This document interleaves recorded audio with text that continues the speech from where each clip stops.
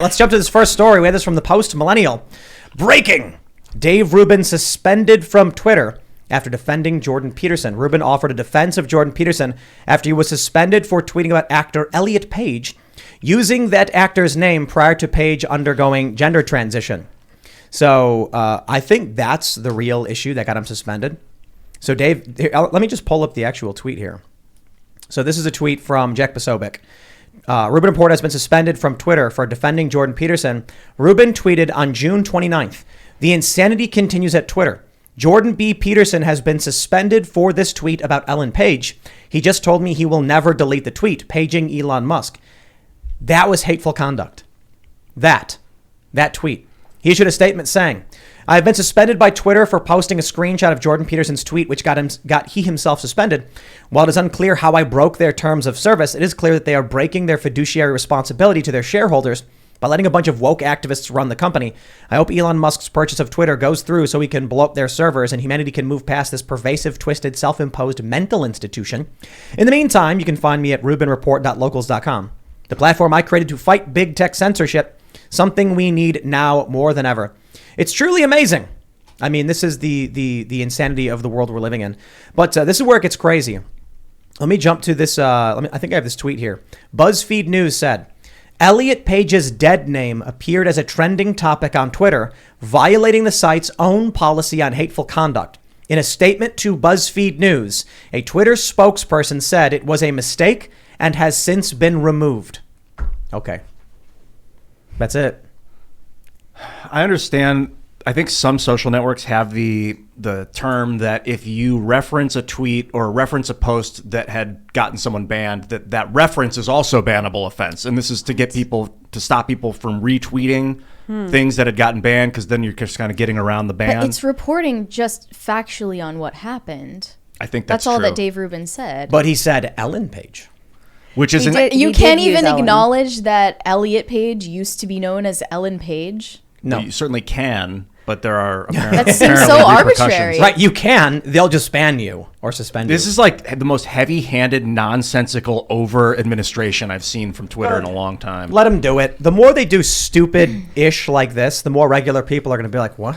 Yeah, dude, Peterson's off the platform. Jordan Peterson, now Dave Rubin's leaving. Like, I never used Twitter from 2008 to 2020 because I thought it was insane and redundant. Like, I already have Facebook as my text platform. I like the hashtag system, but it's just old tech. Like, what people, I don't even know why they use it anymore. Yeah, it is a little scary to see that as someone who is just referencing something else happening, someone else getting taken off the platform and talking about it around the context can also be then taken off the platform itself as well. It's that is very alarming. I will say that from looking at Dave Rubin's initial tweet about it, it did look like, you can look at it from, maybe I'm just playing devil's advocate here, but he did reference reference Alyte Page as Ellen Page, without any context of saying that, the artist formerly known as Ellen Page or something like that. You know what I mean? Is that okay though? Can I don't know. That? Is that allowed? I don't know. But that's still compelled speech. Yep, yeah, over the weekend, I was talking to a 5-year-old and he was like, "Hey, stop calling me dude or man. Just do it once a day and then call me by my name the rest of the time." I was like, "Well, there's this thing called compelled speech." And he was like, "What is that?" And I was like, tell that 5-year-old. Here we go. Okay, in the United States, you can ask people to say whatever, but you can't make them say whatever. We have free speech. Wait, to a certain 5-year-old extent. legit said that to you? He asked me to call him by his name, and I was like, "Well, there's this thing called compelled speech where you can't make me say things, so I'm allowed to call you what I want to call you." You should have been like, "For that, I'm calling you dingus." The conversation got derailed before I really was able to illustrate the As law. conversations with 5-year-olds usually are. It's important. Yeah, it's like, important. Okay, dingus, I won't call you dude anymore. There's this desire even of children to control reality by making people do what they want. Play the game I want it to be played. Call me the name I want to be called. And you're seeing adults do it now. It's really ridiculous. Are they adults? I think you hit the nail on the head with a hammer. These people are children. Look. There's a subreddit called Adulting. You ever see this? No. You know what I'm talking about, Mary? Just adults complaining about having to do normal adult tasks. They're like, "I had to pay bills today." And they're like, there was one, it's crazy. There was a viral post about adulting. And it's like 35-year-old millennial dudes being like, "Oh, I had to walk my dog today. Ooh, adulting." It's like, okay, dude. But there was one post and it was just like someone doing, it was like, it went viral and it was talking about their frustrations with everything wrong with the world. Like, why do we have to live this way? Like, why am I dealing with these things? And it's like, I get it. You never grew up. You never want to grow up. You have Peter Pan syndrome, whatever it's called. You want to just go off to Never Land. You want to hide under the covers. Fine. But stop voting. If you don't want to be in charge, don't be in charge. You're making everything worse.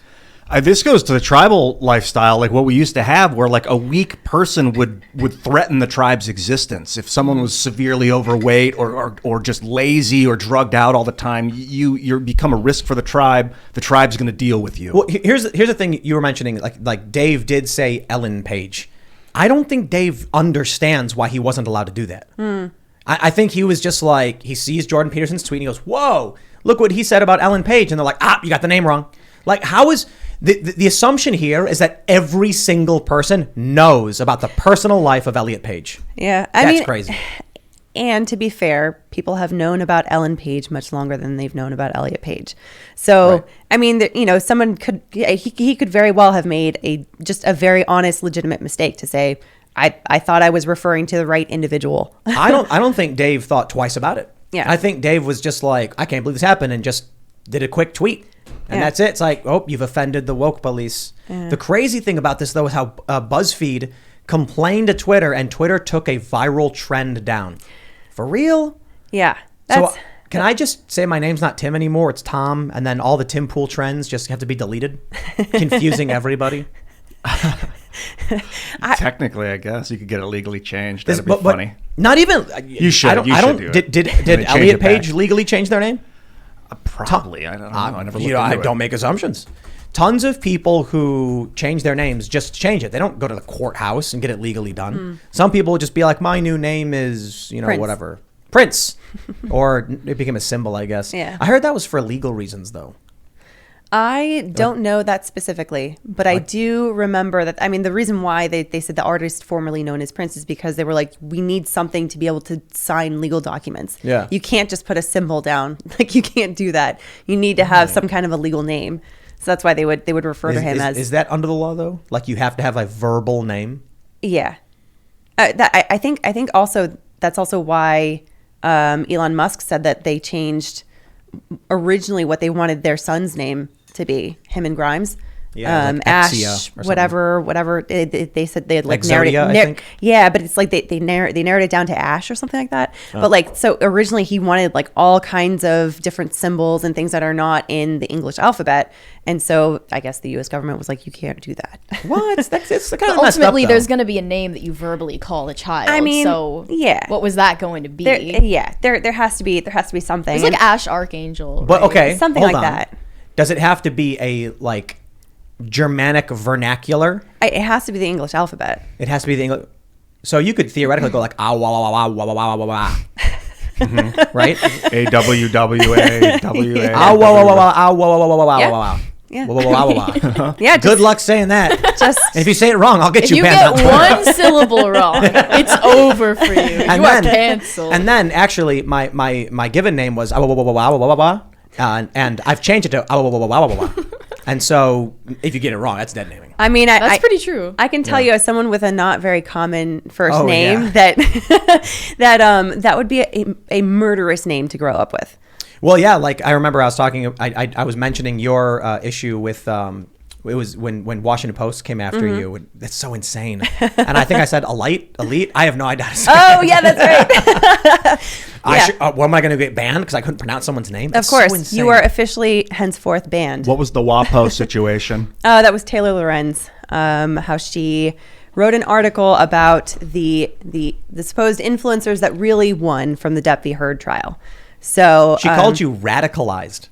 in one of her subsequent tweets, yeah, she said, well, to be fair, she referred generally to radicalized influencers. And I don't know if she was referring to me and that umbrella guy, or if she was referring to other influencers that were commenting on the whole situation in the series of errors that were not corrected, or if it was like all of us all together. But here's the funny thing. All right, so here's the gist of the story is you do legal commentary. Yeah. You were commenting on the biggest pop culture or one of the biggest court cases in the country. Yeah. And so she wrote this hit piece as though you were a grifter just trying to get money or whatever. And I'm like, it's a lawyer talking about pop culture. You don't get more mainstream than that. Yeah. And then what happens is she writes fake news about you, and then you call her out. Other people got mad that she wrote fake news. Yeah. So she's like, "You're all radicalized. Yeah. If you dare correct me, you're all radicalized." That's In the what least of it. ideology? Anti Taylor Lorenz. Is Taylor Lorenz She some was- kind of like Amber Heard stan? No, deal? she's Well, Amber Heard wrote for the Washington Post. That's where Supposedly, or Ghost. Well, right, Ghost wrote. But the point is, the article was published in WAPO. Yeah. Taylor Lorenz works for WAPO. Yeah. So, of course, there's a major conflict of interest. yeah, there is. They were thinking about taking that down, the op-ed, but I think they just added a note. I don't recall if they actually ended up adding a note to it, but my assumption was that they were never going to take that down unless they were actually compelled to do so. That's what I was I don't assuming. know. Even I with don't the think verdict, they should be compelled to take it down. Dude, Taylor Lorenz has been having major meltdowns. Like she's losing it. Yeah, it reminds me of like an abused dog when it's more likely to snap out and lash out at people coming up to pet it. Like if an animal's been abused, it's more likely to attack someone that comes near it. Usually, for the most part. Who did And anything to Taylor Lorenz? who knows what her childhood was like? But for her to see danger She went all to a around Swiss her boarding is school, like, bro. Yeah. So, but a lot of rich people are twisted when they're kids That's by true. bad parents. No, it's not just that. It's that their snowplow parents clear out all obstacles so they never actually experience any hardship. So then they get older. I feel- the I don't- slightest snowflake Yeah, touches yeah. their skin and they scream. I don't want ill for her or anything, but for her to be seeing radicalization all around her is like, and yeah, there is radicalization going on in reality, this fifth dimensional warfare, weird, twisting, but it's, obviously if you see it all around you, then you got to look within because it's your own lens that you're seeing reality through that's making it look a certain color. I saw this viral tweet. I didn't fact check it, so fact check me on this one. But someone tweeted Taylor Lorenz. Actually, I think it was Viva, so I trust it. That she was like, people are getting sick at VidCon with COVID because VidCon literally did nothing to mitigate COVID. And then he also posted a tweet from VidCon where it's like, vaccine and negative tests and masks are required or something like that. Maybe not mask, but it was like, you need a negative test within 3 days to come to the event. So Taylor Lorenz is literally just making stuff up. Yeah. Now, look, I don't care about this woman, but the issue is she is wielding the Washington Post like, what was the name of the sword that He-Man had? Whatever, that one. She's wielding it like that. I don't know if it had a name. That's awesome. The Sword of Grayskull or something. Was it? Yeah. I don't know. She's holding up the Washington Post and using it to smack people around and cause damage to other people. That's the problem. yeah. I mean, and The power sword. It's called the power sword. Power Sorry, sword. power sword. No, I was going to say that. I mean, the issue that I had with my run in and with Tug's run in with her was that it was something that really shouldn't have been an issue. It should have been just a very simple correction to say like, okay, we're correcting it where I said that I reached out to them for comment, and no, I didn't reach out to them for comment until after we had published. But they had several corrections on there where ultimately it said that the final like resting place of this like laundry list of corrections was that it said that she had not reached out to Tug at all beforehand, but she had reached out to me by Instagram, which is literally the last place that she reached out to me. But after Twitter DM, which was after I called her out on Twitter. Now, this is the crazy thing. They play this game where they'll be like, we reached out to Ian for comment. He did not respond. And then like, what does that mean? It turns out they sent a letter in the mail. Yeah, to an old address. There was a To an smoke old signal. address. Yeah, smoke signal. Like we did legally for legal I purposes. yelled his name out into the woods, Yeah. but there was no response. Yeah. It'd be funny if there was. And the thing He is, got back to me. It didn't even, if I remember correctly, it didn't even say that we had not responded to comment, but that we had declined, or that we had essentially refused to comment. Yeah. But that would require a response from us. Maybe like- instead of saying we reached out, they should start saying they received our request for comment and did not respond. Because reaching out is different than Yeah. It doesn't even. If you reach out for comment in the middle of a forest and Yeah. in the middle Don't of be nowhere. surprised when you don't hear back. Yeah. But that's the game they play. Yeah. I can't remember always who it the was. implication that But they someone refused. do this thing where they'll like send a general inquiry to your like info line on your website, which is like a low level like, so it'll be like Joe Rogan never responded, because they like went to his website and submitted a form to his booking manager who threw it in the trash and didn't know what it was. To info@joerogan.com. Yeah, things like that. That they will, or they'll like look your name up in the phone book and they'll call it and be like, they didn't comment, and you're like, bro, there's a bunch of people with the same name as me. Who are you looking up? It should say that we were unable to get in touch with someone for contact. But that's also just not true. Because you have to try. Or we did not. That'd be a better way. We did not get in touch with them for comment. Yeah. What they do with these comments is they're trying to feign credibility. That's the whole point. Yeah. And they want you to seem less credible, so they'll be like, oh, they never got back to us. That's their fault. But here's the thing. Even if you get back to them, they're just going to twist whatever you say. Yeah. They're going to mangle it up. You're going to say something like, look, I'm a legal YouTuber. I'm commenting on a very public trial, and I'm taking my expert opinion for what it is. And then they'll write, when they responded, they expressed that it's a very popular trial and it's good for business. And then when you're like, I didn't say that, they'll be like, well, that's how we assumed it to be. Yeah. And then what are you going to do? Or something along the lines of like, this is yet another lawyer profiting off of poor people and their misery. Yep. So should you send a video response as your comment and then put the video response online later when you'll be like, this is where they got the comment from? So or just a public tweet. But it is better to do a public tweet because then everyone can read it. Yeah. But they will write whatever they want. True. Right. So I'll tell you this, Ian. How do you feel about bakery fresh cinnamon buns? Well, I'm not down with the carbs, but it smells good. When asked for comment on bakery fresh cinnamon buns, Ian let out a displeasing grunt, seemingly showing dissatisfaction. Commenting, not pleased, ...